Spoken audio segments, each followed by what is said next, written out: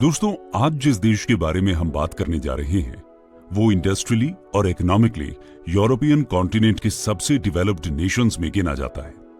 दो world Wars में हारने के बाद भी आज वो इतना डेवलप्ड है कि अमेरिका और रशिया जैसे देशों से भी लोग वहां जॉब करने के लिए आते हैं।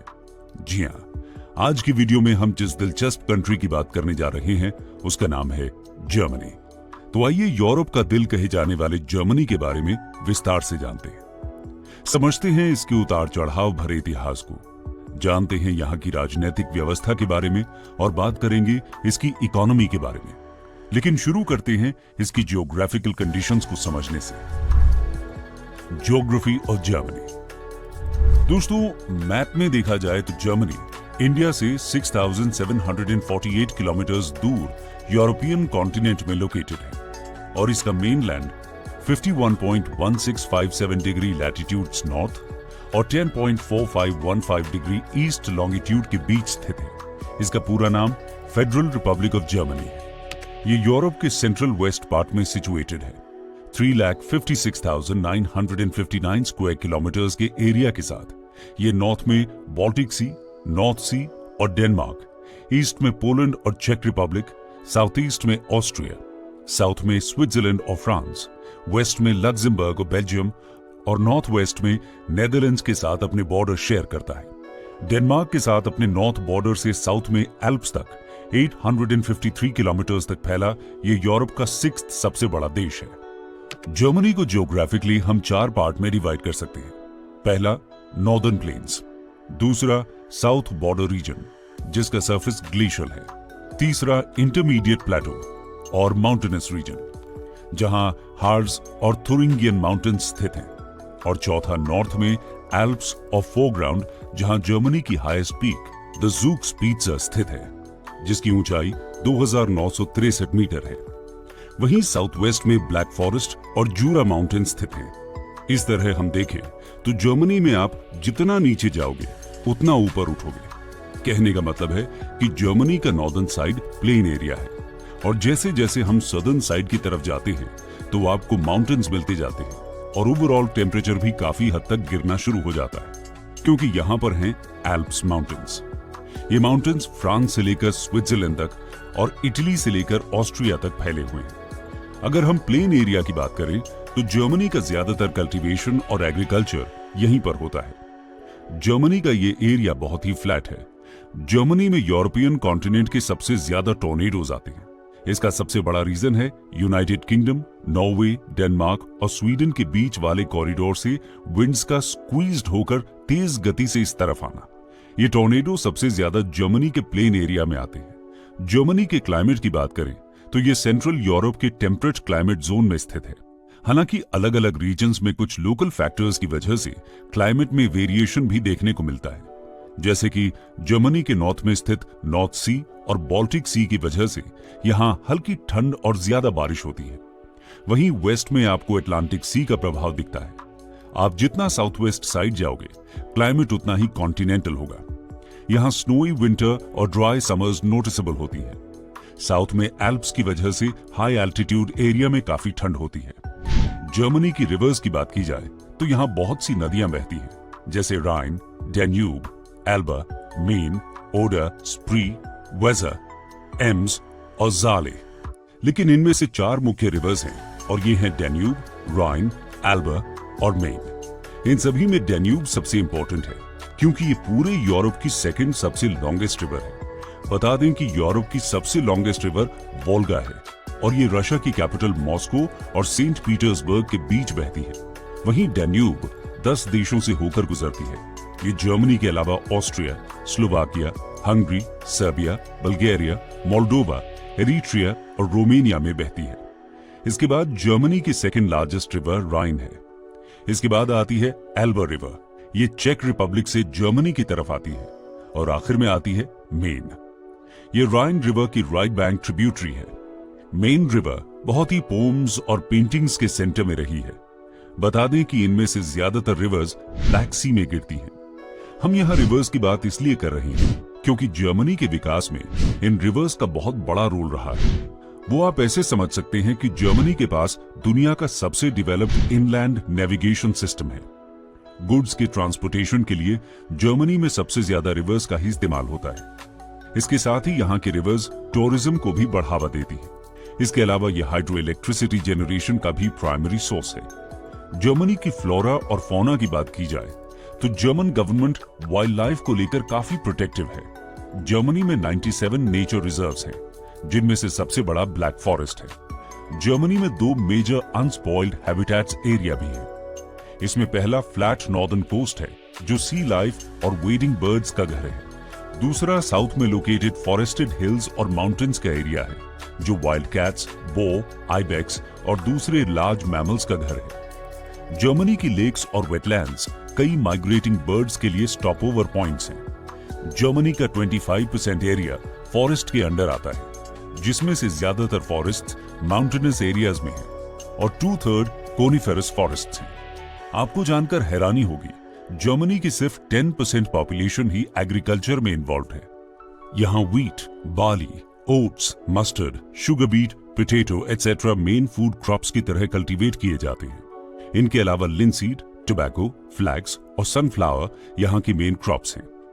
यहाँ डेयरी और पोल्ट्री फार्मिंग भी काफी डेवलप्ड है। जर्मनी के नेचुरल रिसोर्सेज की बात करें तो यहाँ coal, lignite, natural gas, iron, potash, copper, zinc, nickel, uranium अच्छी मात्रा में पाया जाता है। रोर वैली में सबसे ज्यादा कोल मिलता है, इसीलिए इसे ब्लैक कंट्री ऑफ जर्मनी भी कहा जाता है। सार बेसिन, आखन बेसिन और कोलोन यहाँ की अन्य प्रमुख कोल फील्ड्स हैं। नॉर्थ सी से पेट्रोलियम और नेदरलैंड्स के बॉर्डर एरिया से नेचुरल गैस एक्सट्रैक्ट होता है।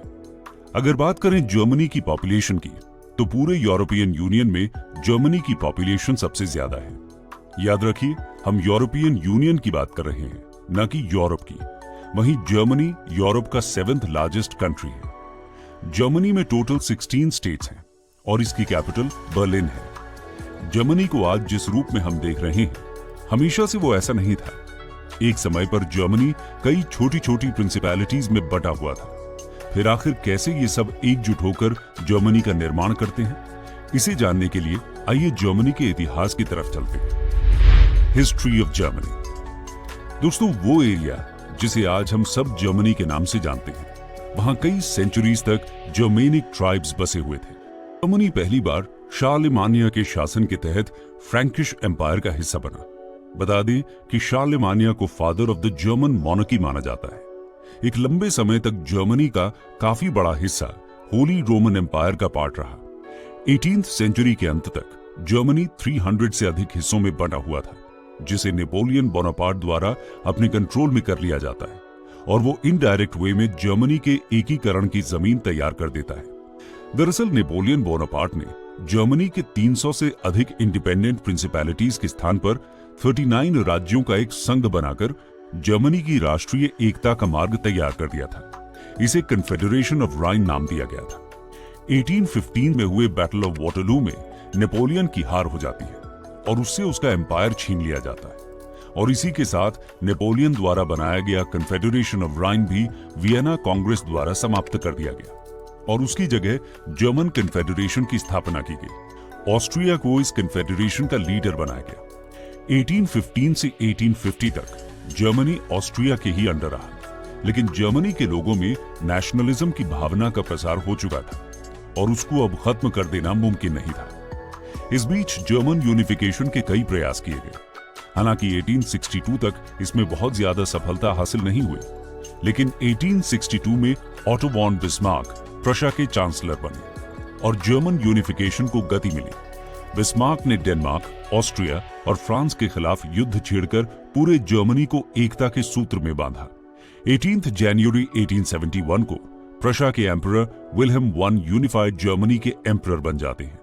यूनिफिकेशन के बाद से ही जर्मनी तेजी से प्रॉस्पेरिटी और डेवलपमेंट के रास्ते पर आगे बढ़ने लगता है। इटली की तरह ही जर्मनी में भी आर्ट्स, फिलॉसफी, लिटरेचर, म्यूजिक और इंडस्ट्री के एरिया में स्वर्ण युग की शुरुआत हुई।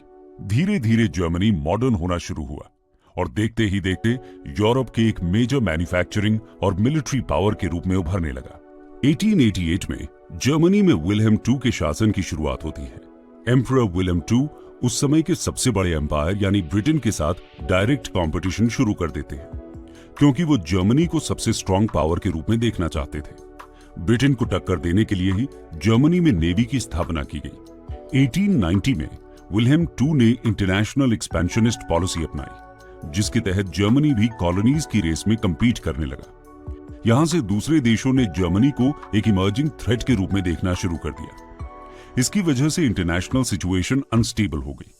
1914 में हुए वर्ल्ड वॉर I के कारणों में यह भी एक बड़ा कारण था।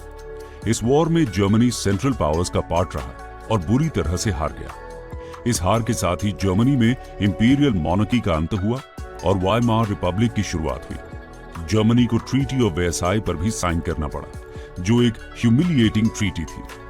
वाइमार रिपब्लिक अपने नागरिकों को बढ़ती महंगाई, अनएम्प्लॉयमेंट और राइज होते अल्ट्रा नेशनलिज्म से नहीं बचा पाई। इन्हीं सब कारणों से जर्मनी में एडोल्फ हिटलर जैसे निरंकुश शासक का उदय हुआ।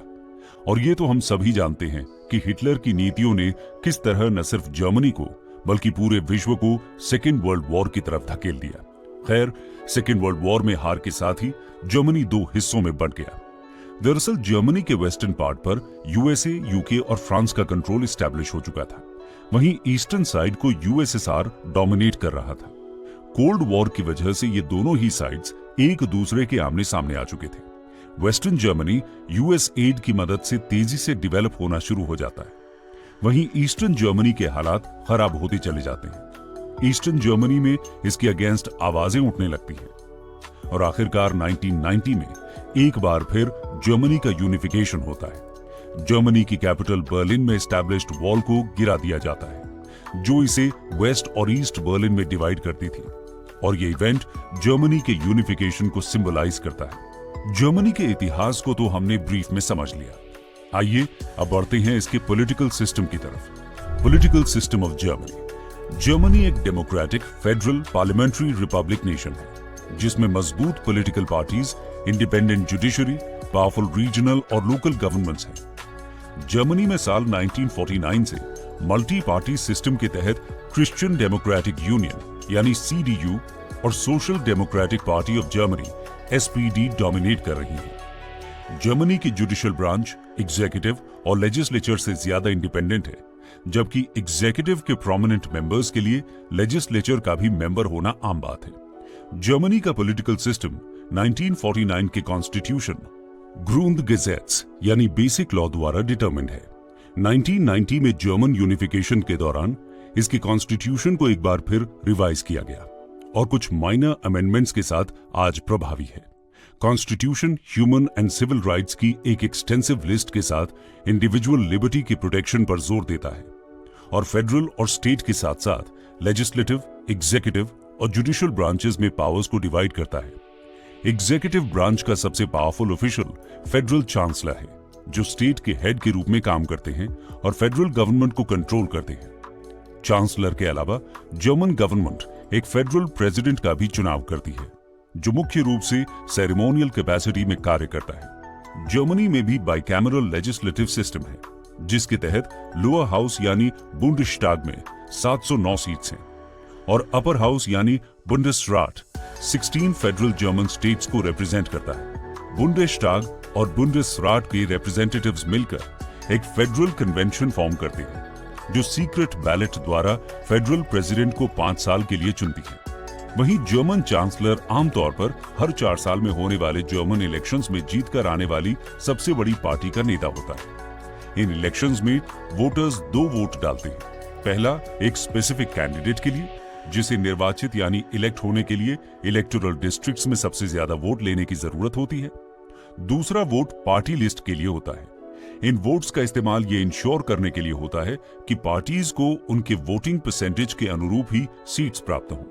प्रेसिडेंट और चांसलर का एक ही पॉलिटिकल पार्टी से होना जरूरी नहीं है। बात अगर पार्टीज की हो रही है तो बता दें कि जर्मनी में 6 नेशनल पॉलिटिकल पार्टीज हैं। इनके नाम हैं Christian Democrats CPD, Social Democrats SPD, Greens, Free Democrats FDP, Die Linke, Alternative for Germany AFD। हालांकि पिछले 70 सालों से 2 पार्टीज जर्मन सेंट्रल पॉलिटिक्स को डोमिनेट कर रही हैं, और वो हैं CPD और SPD। ये तो बात हुई जर्मनी की पॉलिटिक्स की। अब बात जर्मनी की इकोनॉमी की। Economy of Germany.